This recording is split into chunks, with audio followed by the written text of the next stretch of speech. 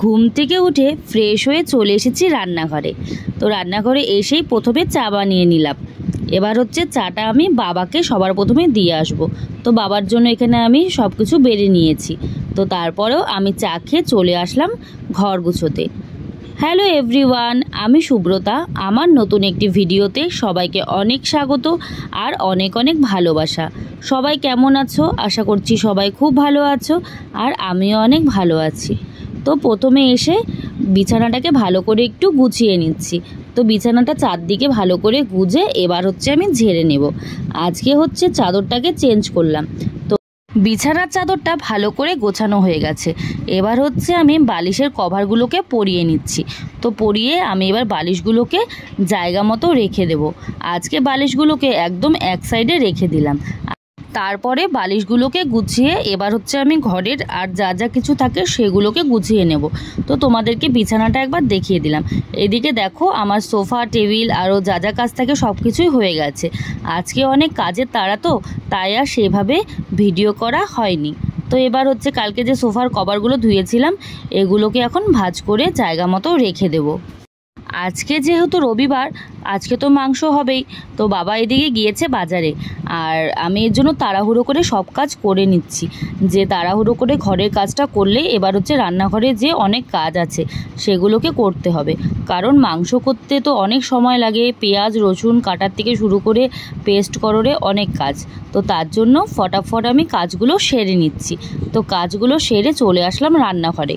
তো রান্নাঘরে এসেই প্রথমে হচ্ছে চালটাকে ধুয়ে নিচ্ছি। এবার হচ্ছে ভাতটাকে বসিয়ে দেব। তো আর এদিকে মা আর আমি যেহেতু ওটস খাবো তার জন্য ভাবলাম যে একদিকে ভাত বসিয়ে দিই আর একদিকে ডালটা সেদ্ধ করতে বসিয়ে দিই। তাহলে ডালটা সেদ্ধ হলে দুজনে মিলে ওটস খেয়ে নিতে পারবো। আজকে যেহেতু মাংস হবে তার জন্য ভাবলাম যে সাথে আর কি করা যায়। তো ঘরে কয়েক রকমের সবজি ছিল সেগুলোকে কেটে নিয়েছি। তো কেটে নিয়ে এবার হচ্ছে আমি কড়াইটাকে বসিয়ে দিয়েছি। পাঁচফোড়ন আর হচ্ছে শুকনো লঙ্কা সোমবারই দিলাম। তো দিয়ে এবার হচ্ছে আমি সবজিগুলোকে দিয়ে দেব। তো দিয়ে কিছুক্ষণ নাড়াচাড়া করে তারপরে আমি সামান্য একটু লবণ দিয়ে ঢেকে দেব। তো এইদিকে সবজিটা হতে থাক আর মাংসের জন্য যা যা লাগে আমি সমস্ত কিছু রেডি করে নেব। এইদিকে বাবাও বাজার থেকে চলে এসেছে। এই যে মাংস নিয়ে এসেছে, এবার হচ্ছে আমি মাংসটাকে ধুয়ে নেব। মাংসটাকে ভালো করে ধুয়ে এর মধ্যে আমি সামান্য টক দই আর হচ্ছে গোলমরিচের গুঁড়ো আর দিয়ে দিব একটু লবণ, দিয়ে একটু ভালো করে মেখে কিছুক্ষণ রেখে দেব। তো তাহলে না খেতে খুব ভালো হয়। আর আমাদের বাড়িতে তো চিকেন হয় না, তো তার জন্য আমরা বাড়িতে মাটনটাই খেয়ে থাকি। আর বাইরে গেলে আমরা সবসময় চিকেনটাই খাই। তো ওইদিকে দেখো আমার তরকারিটাও হয়ে গেছে। এবার হচ্ছে আমি মাংসটাকে বসিয়ে দেব। তো সোমবারে যা যা লাগে সমস্ত কিছু দিয়ে দিয়েছি। এবার হচ্ছে কেটে রাখা আলুগুলোকে আমি দিয়ে দিলাম। তো দিয়ে এবার হচ্ছে আলুগুলোকে একটু ভেজে নেব। তো আলুগুলোকে ভেজে একটু তুলে রেখেছি। এবার হচ্ছে আমি পেঁয়াজগুলোকে দিয়ে দিলাম। দিয়ে পেঁয়াজগুলোকে ভালো করে ভেজে মশলাটা দিয়ে কষিয়ে নেব। তো এই যে মশলাটা দিয়ে দিলাম। তো যা যা লাগে আর কি সমস্ত কিছু মশলাই এর মধ্যে দিয়ে একবারে পেস্ট করে নিয়েছি। আর এরপর দিয়ে দিলাম সামান্য লঙ্কার গুঁড়ো আর দিয়ে দিলাম লবণ। তো এবার হচ্ছে আমি মাংসগুলোকে দিয়ে দিলাম।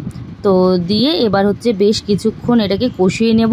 তো একটু ভালো করে নাড়াচাড়া করে এবার হচ্ছে আমি এটাকে ঢেকে দিয়েছিলাম। এরপরে আমি এর মধ্যে আলু দিয়ে দিলাম। তো দিয়ে এবার আরও ভালো করে কষিয়ে নেব। এরপর ভাবলাম একটু পকোড়া বানাই। তো চিকেন তো বাড়িতে নেই, তার জন্য ভাবলাম একটু মাটন পকোড়াই বানিয়ে নিই। তো তখন অরূপও বাড়িতে এসে পড়েছিল, তাই ওকে বললাম আমি সমস্ত কিছু তোমাকে দিচ্ছি, তুমি একটু ভালো করে মেখে দাও। তো এদিকে দেখো আমি ওকে যা যা লাগে পকোড়া করতে সমস্ত কিছু এক এক করে দিচ্ছি আর ও ভালো করে মেখে দিচ্ছে। এইদিকে ওকে আমি এক এক করে সব দিচ্ছি, আবার মাঝে মাঝে গিয়ে মাংসটাও নেড়ে আসছি। এরপর সবার লাস্টে এর মধ্যে একটা ডিম ভেঙে দিলাম। তো ডিম ভেঙে দিয়ে ওকে বললাম আর একটু ভালো করে মেখে নাও। তো মেখে নিয়ে এরপর হচ্ছে আমি এটাকে বসিয়ে দিচ্ছি। তো যেহেতু আমি এদিকে মাংসটা করছিলাম তো তার জন্য অরূপ আমাকে বলল তুমি তেলটা গরম করতে বসিয়ে দাও, আমি হচ্ছে পকোড়াগুলোকে ভেজে দিচ্ছি। তো দেখো এখানে ও এক এক করে দিয়ে দিচ্ছে। আর ওদিকে হচ্ছে আমার মাংসটাও হচ্ছে। মাংসটা কিন্তু তখনও হয়নি, মাংসটাকে আমি কষাচ্ছিলাম। তো এই যে দেখো পকোড়াটার এক পাশ হয়ে গিয়েছিল আর এক পাশ আমি উল্টে দিয়েছি। যেন এটা খেতে কিন্তু বেশ টেস্টি হয়েছিল। তো ভাবছিলাম আরেকদিন এইভাবে বানিয়ে নেব। তো এদিকে দেখো আমার মাংসটাও হয়ে গেছে, এবার হচ্ছে এটাকে নামিয়ে নেব। এবার সন্ধ্যাবেলা রেডি হয়ে নিয়েছি, দুজনে মিলে একটু বার হব। কারণ আজকে যেহেতু রবিবার দিন না সন্ধ্যাবেলা একটু বার না হলে ভালো লাগে না। তো যাই হোক, প্রতিদিনই তো আর বার হওয়া হয় না, তার জন্য আমরা প্রতি রবিবার করে দুজনে একটু বার হই। তো প্রথমে গিয়েছিলাম একটু কসমো বাজারে, সেখান থেকে দু একটা জিনিস কেনাকাটি করে তারপরে চলে এলাম খেতে। কসমো বাজারে গিয়ে দুজনে মিলে প্ল্যান করলাম যে আজকে বাইরের থেকে খেয়ে যাব। তো যেরকম ভাবা সেরকম কাজ, তো চলে এলাম খেতে। তো প্রথমেই নিয়েছিলাম এগ পাকোড়া, আর এগ পাকোড়াটা ভীষণ গরম ছিল, আমার খেতে খুব কষ্ট হচ্ছিল। তো যাই হোক, ফু দিয়ে দিয়ে খেয়ে নিয়েছি। এগ পাকোড়া খাচ্ছি আর ভাবছি এরপর কী নেব। তো এগ পাকোড়া তো খেতে খেতে শেষ হয়ে আসছে, তো শুধু শুধু তো বসে থাকতে ভালো লাগে না, তার জন্য ভাবছি কী নেব। তো যাই হোক, অনেক ভাবনা চিন্তার পর দুজনে মিলে ভাবলাম যে চিকেন ড্রাই ফ্রাই নিয়ে নিই। তো যাই হোক, আমরা যেহেতু চিকেনটা খুব ভালোবাসি, তার জন্য আমরা নিয়েছিলাম চিকেন ড্রাই ফ্রাই। আর আজকে যেহেতু বাড়িতেও দুপুরে মাংস খেয়েছি, তো খুব একটা না মাংস খেতেও ভালোও লাগছিল না, তাও ভাবলাম যে না থাক, চিকেনটা নিয়েই নিই।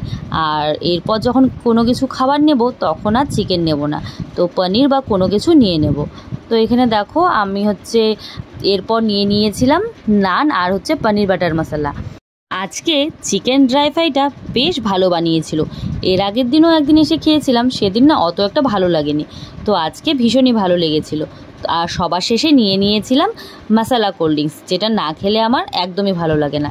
তো আমি যখনই কোনো কিছু এরকম খাবার খাই, তো সবার লাস্টে কেন জানি না মশলা কোল্ড ড্রিঙ্কসটা না খেলে আমার মনটা ঠিক ভরে না। তো দেখো, খাওয়া দাওয়া করে এবার হচ্ছে রওনা দিয়ে দিলাম বাড়ির পথে।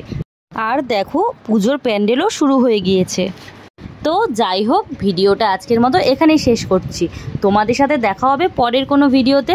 সবাই ভালো থাকবে আর সুস্থ থাকবে। আর আজকের মতো টাটা।